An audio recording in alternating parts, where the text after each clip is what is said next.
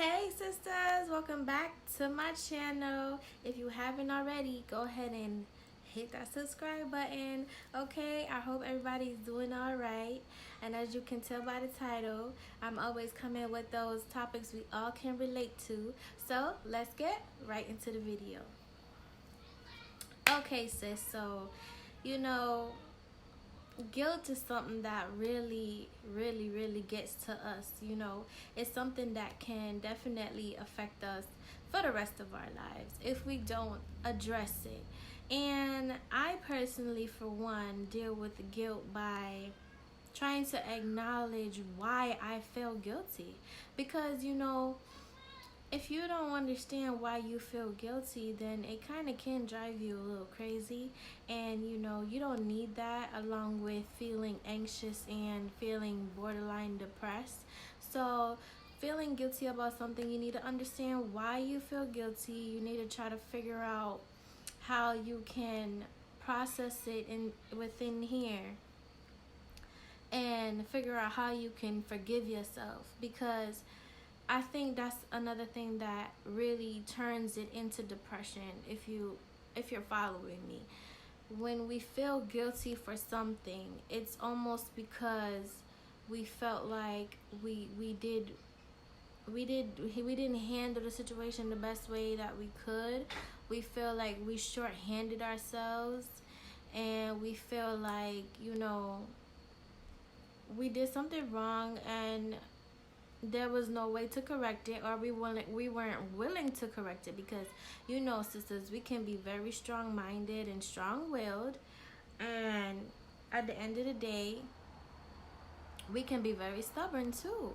I mean, especially with a situation like this, right? So guilt is something where you really need to understand, why do you feel like it's your fault? Why do you feel like it's your fault? How could it have been your fault? And how is that something that you can change? Can you flip that guilt?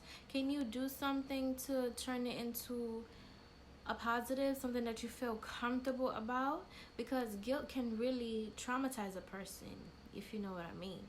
It's almost like doing something to prove a point when you knew deep down inside that there was no reason for you to even go so far. So it haunts you, and you constantly have in the back of your mind, you're wondering, what could I have done different? Is there anything I could do to make up for what I did? Stuff like that. And that contributes to anxiety and depression. I personally, I felt guilty for my marriage failing, and it bothers me to this day. We've been divorced 3.5 years now, and the reason why I feel guilty is because although I've done everything possible at the time to try and work on my marriage, I also understand that I was very stubborn in the process. There was a lot of things that I let my pride and my ego get in the way of me truly understanding that I loved this person unconditionally. And I think a lot of us make that mistake where we put our ego and our pride above everything else, and sometimes we lose out big time. We lose out on a love that we know we'll never find again. And I know for me, that's what makes me feel guilty, because we were literally best friends. We were best friends. We went through a lot together. We have a lot of cherishable moments that we can hold on to for life. And it just seems like no matter what we did, it wasn't good enough. We did counseling. We tried being separate for a couple months. We tried asking family and friends for advice, but at the end of the day, he was always willing to do his part, but I was stubborn. I was stubborn because of the simple fact that I felt like I had something to prove, that I felt like I was the best thing that ever happened to him. And it was almost like, how dare you?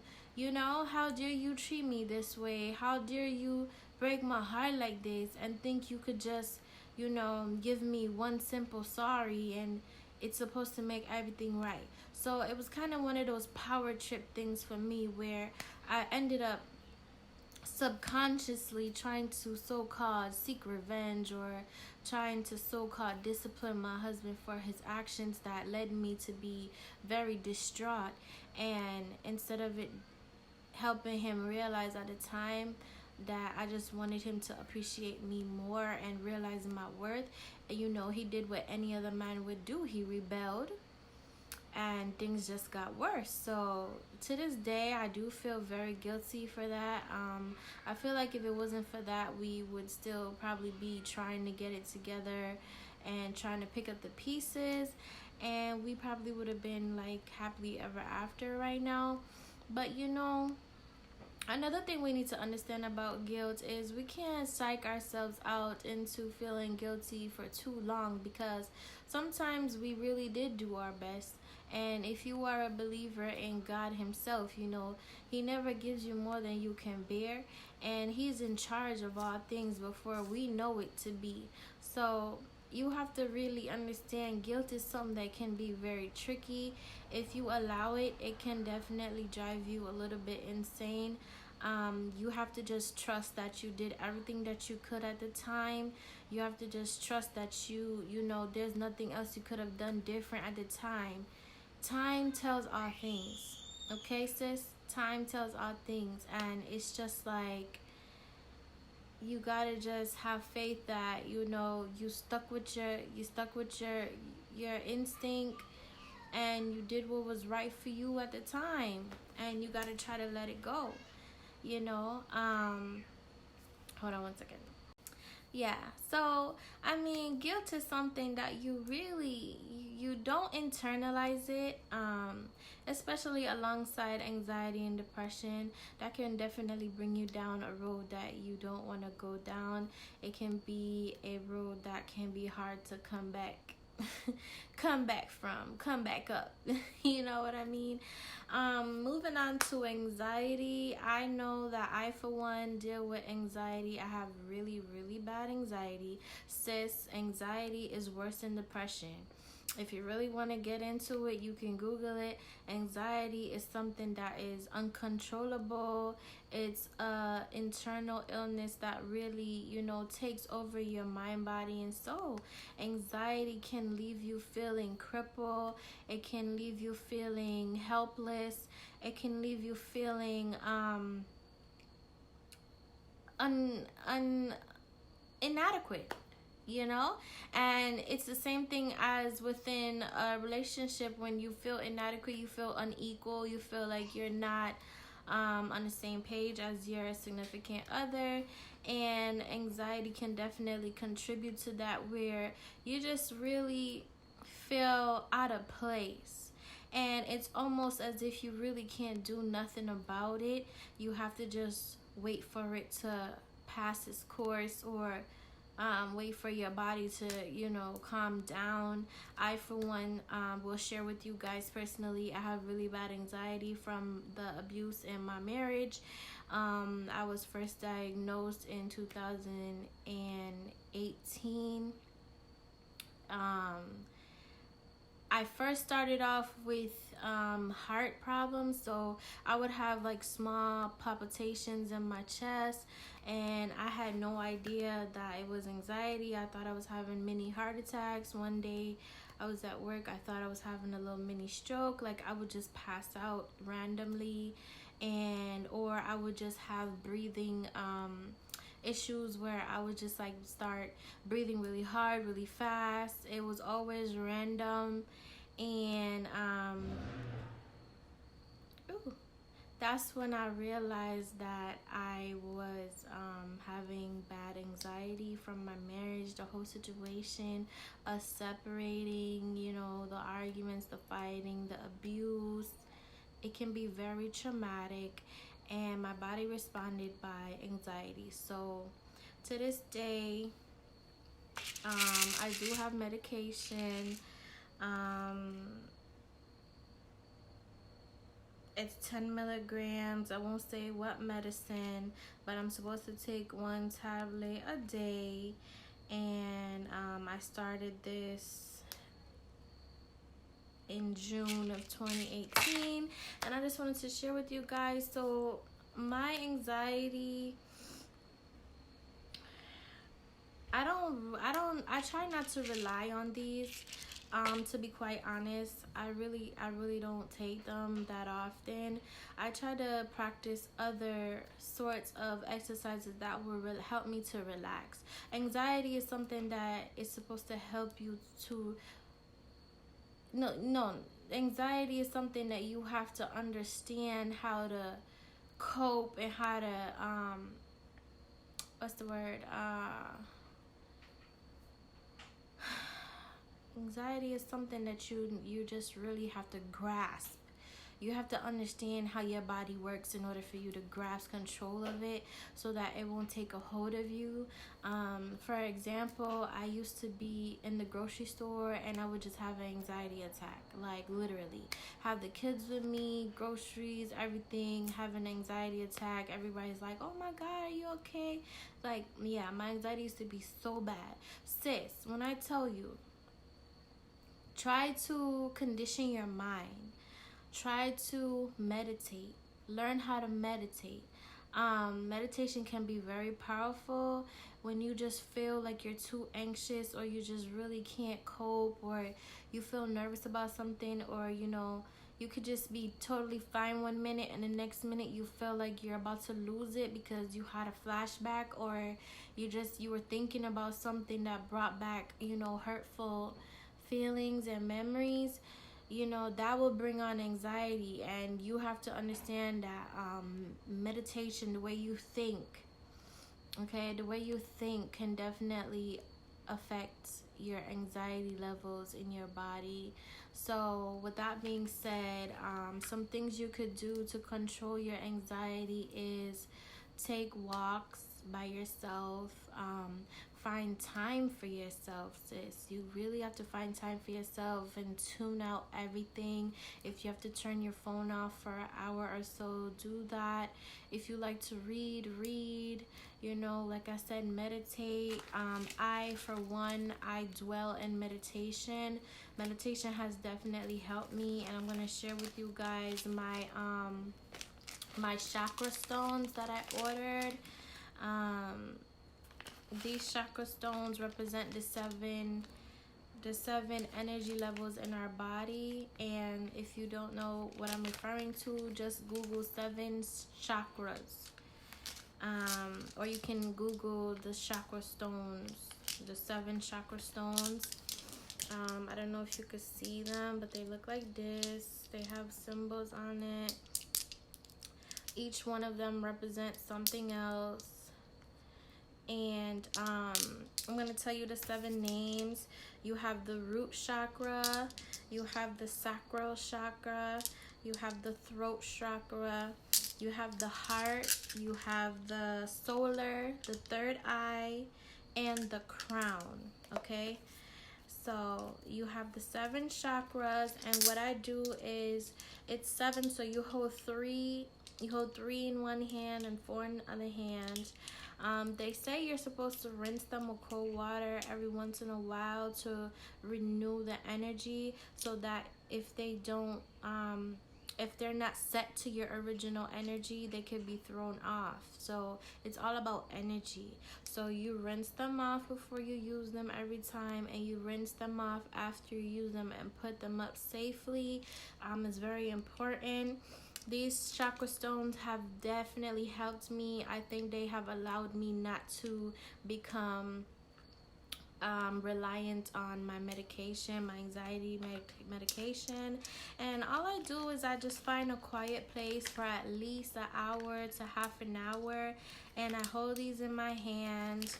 I play some soothing music or some gospel music, and I just close my eyes and try to clear my mind. I try to do this once a day. So sis, if you think that this would help you, I think you should definitely go and get them. They're very affordable, and they will definitely help you control your anxiety. Another way you can control your anxiety is to try not to beat yourself up about what happened between you and somebody. Like, try not to attack yourselves, because we do that a lot, sis. Like, we oftentimes battle ourselves. We feel like, at the end of the day, when it's all said and done, maybe we weren't good enough, or maybe we didn't do something right, or everything is our fault. It relates back to guilt in a way, and that's why I said guilt can trigger anxiety, and it definitely can. Try not to beat yourself up, sis. Like I said, you did the best you could do. Don't you ever regret anything that you did, because you did it for a reason. You did what was best for you at the time. And just keep this in mind: if somebody definitely cherishes you or respects you to the max, then no matter what you do, they will always appreciate you and love you no matter what. So try not to allow your anxiety to get the best of you. Another thing you could do besides meditating and listening to music or finding time for yourself is you could dwell in activities that definitely recenter you. Something that you love doing, whether it's poetry or drawing or shopping or anything of that sort, sis. Just don't be afraid to definitely just dive right in. Anything that serves your whole purpose and your whole need, you go ahead and do that, because that would definitely allow your body to calm. It would allow you to calm and clear your mind at all times. Us women, we dwell in a lot of responsibilities. We have a lot on our shoulders, and that can add to our anxiety. And it's not a great feeling. It's not. And we don't have a moment to actually, catch ourselves, to actually just say, okay, all right, you know what? I did this today. I got that done.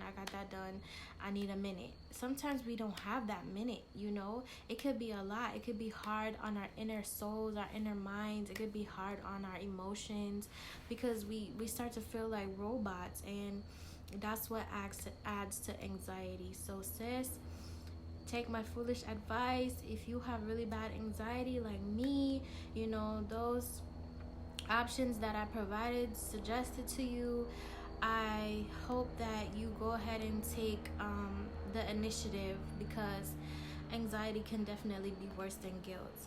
Next up is depression, sis. Depression. Now, don't confuse depression with being, down and out, because I think depression is definitely a mental illness. Depression is definitely something where it's borderline just out of the way. You definitely need to seek medical attention if you are in a deep depression. To me, there's no such thing as regular depression. Like, depression is depression. So you should not take that lightly. If you have problems admitting to yourself that you're depressed, or if you feel like you're not depressed, you're just sad and you'll be all right, then there's signs. I'm sure there's family members and friends that will show you enough respect to say, hey sis, I really think that you're depressed. I think that you really need to take this into consideration. I know for me, when I found out that I was depressed, I literally was just like in denial. I was like, no, I'm good. It's almost like I was in a state of being like here but not here, if you know what I mean. It's like you're here but your mind is so far gone. You're just like, literally, you're getting up every day and just doing what you need to do, but you're not literally, your spirit is not active within you. Like, how do I explain it? Like, you ever watch those movies where a woman is so depressed and she starts taking all kinds of pills, or maybe she starts drinking, or maybe she's drugged out, and it's just like she's there but mentally she's gone. It's like that. So when I started to realize I was depressed, it was actually my aunt that started to point it out for me. Like, she started to say, like, you're just like, you don't talk anymore, you're just in and out, like you're always on the go. You try to keep yourself busy, like you don't indulge in family activity anymore. You turn your phone off most of the time. Your phone is always going to voicemail. And she was not lying, sis. My phone was always on do not disturb or voicemail, or I turned it off. Like, I would not respond to text messages. I would not want to go and meet up with nobody. Like, for a whole year, you could call it, I would just lock myself in the house. It's almost like I was scared to go outside. I was scared to be around people. It's almost like I was just terrified of life itself. I was so terrified of the thought of just like putting myself out there, because I felt like being around people was giving them control over me in some type of way. I don't know why, sis, but that's what I said. Depression is a mental illness, and it definitely is. I psyched myself up to believe that. And in these kind of situations, you could definitely start to feel that way, because your trust is broken, your heart is broken, your confidence is broken, your self-love is broken. Like, everything is broken, sis. So at this point in time, depression will definitely reap in and start to psych you out, and you start to believe things that maybe is not even true, but because of what you've been through and because of how you feel deep down inside, you just start to act on it without noticing it. And that is exactly what depression is. I know for me, I was not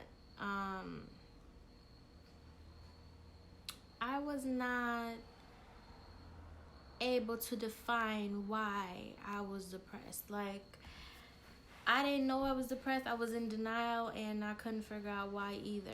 I mean, I just knew I had anxiety, but I didn't know I was depressed. So what I did was I went ahead and sought counsel. And like I said, sis, for a long while I was in denial. Okay, honey, I was so in denial. I was like, nope, I'm good. I don't need that.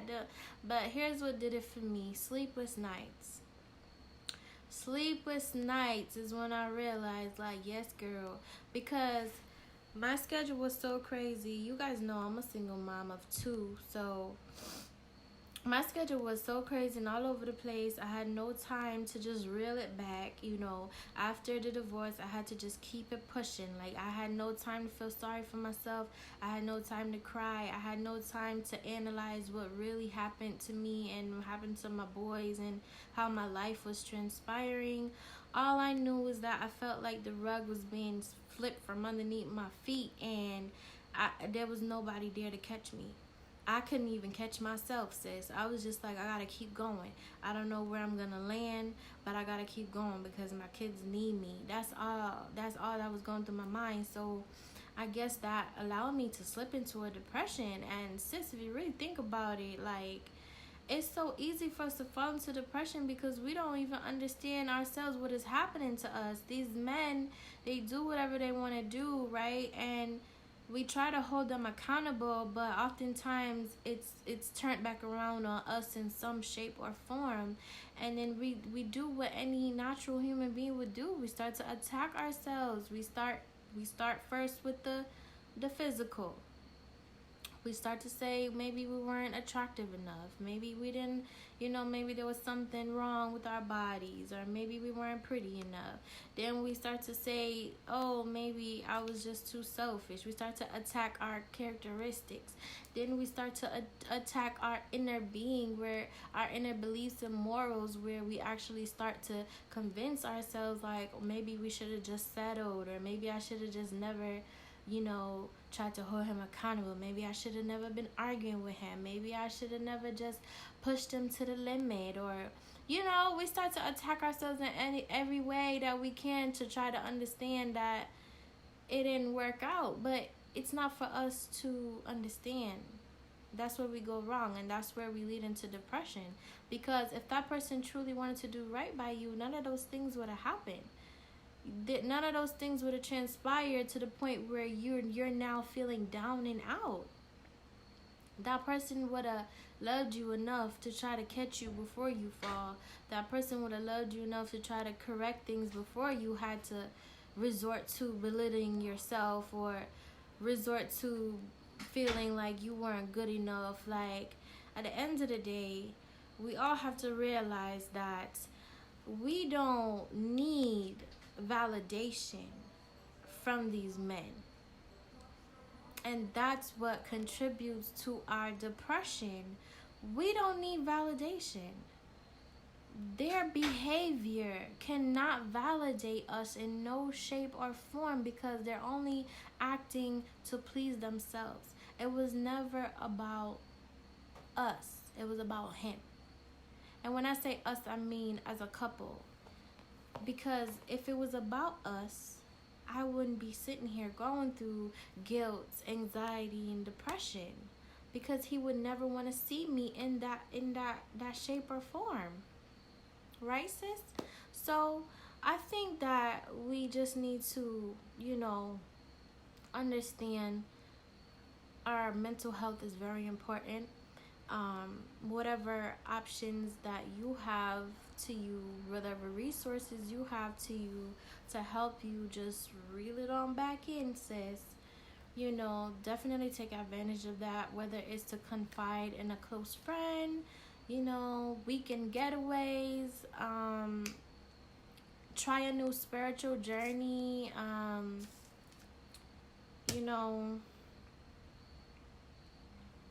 spiritual journey, confiding, staying single for a while. I mean, it's rough. It's definitely rough, sis. We get real lonely. We get real lonely, but it's worth it in the end. Some of us really need to heal, and I think that's the beauty about depression, because once you overcome it and you put yourself to the test and realize that you're stronger than this, you could do this. It's almost like trusting and believing yourself that you could fight the urge of being alone. You could fight the inner battle of being afraid of being alone, because I think that's why a lot of us get depressed too. After every failed situation, we get depressed because we're like, we want to be happy. We want to have somebody to call our own. We want somebody to come home to. We want somebody to have forever with. And we start to worry that we'll never have that. We start to worry that, we're not good enough, that, we'll never find the right person. And sis, you can't feed into that. But I'll tell you this, if you decide to stay single for a little bit, it's gonna be rough, it's gonna be tough, but it's gonna be worth it in the end, because you're definitely testing your durability, you're definitely testing your strength, and you're definitely training your mental. And that's what depression is, mental. Okay, you need to come out of that mental distress where you're breaking yourself down to believe things that are not true. You will make it. You will be okay. Sis, you got this covered, all right? And if you're having sleepless nights like I used to have, I'll share with you these gummies that I dwell in, okay? Since my divorce, I've been taking these melatonin gummies. I'll show you guys. And they get the job done.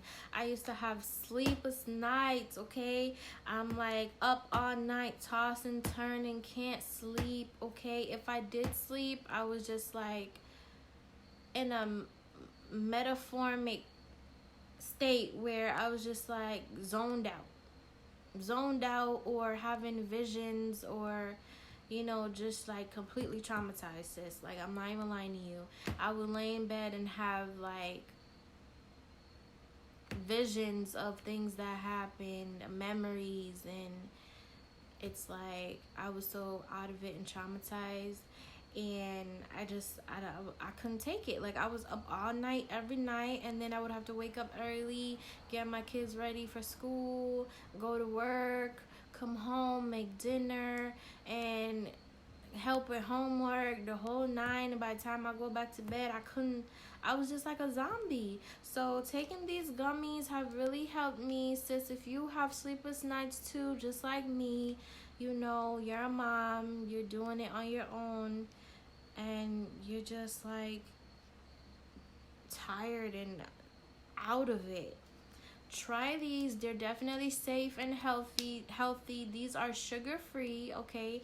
And I only take two. Everybody's body is different, but I'll take two when they work right away. So try not to take them when you have stuff to do, just right before bed, like when you're about to lay down. Just take two. And they don't make you feel like high or like you had a hangover when you wake up in the morning. Like, in fact, you feel energetic.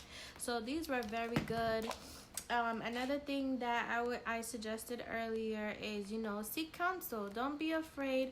Put your pride aside. Seek counsel. It's okay. You know, sometimes a counselor or a therapist or a psychiatrist could definitely help you understand why you think the way that you think, why you are anxious, why you feel guilty, and why you are depressed. Sometimes it's things that we never even considered. Sometimes it's things that we never even were aware of that we were battling before this situation occurred. So maybe the situation was just adding to old burdens and old emotions, or maybe it triggered something in you that you had no idea you were fighting or dealing with. And you know, I had to definitely swallow my pride and seek counsel. I had a therapist, I had a psychiatrist, and they both helped me learn a lot that I had no idea, sis. And here I am today. So if I could do it, you could do it, right? This little thing that she shared with me, these are papers. I took a construction paper, and she would write down 10 subjects, I would say. And what she would do is, she had one and I had one, and we would shake it. Every time we meet up, we would shake it, and she would tell me to pick one, and whatever came out is what I had to focus on for the next couple of days. So okay, so I just picked one and I got truth. Okay, so that means for the next couple of days I would have to admit a truth to myself, and I would have to internalize it and understand why it's a truth for me, and why was it so hard for me to admit that truth. Because sometimes truth is things that we've been hiding, or we've been keeping on the low, or things that only we know and nobody around us know, and it eats us up alive. So, you know, I was just giving you an example. This has been very helpful for me. Every morning I pick one after I take a shower. Another suggestion I have, this is the last suggestion, is speak things into existence, sis. Like, speak positivity into your life. If you're feeling sad, think about what would make you happy. Motivate yourself. You know, if you have to write little notes here and there, get yourself a little pad book. You know, write quotes in there. You know, get you some sticky notes and write, you know, self-love quotes and stuff like that all over the place if you have to.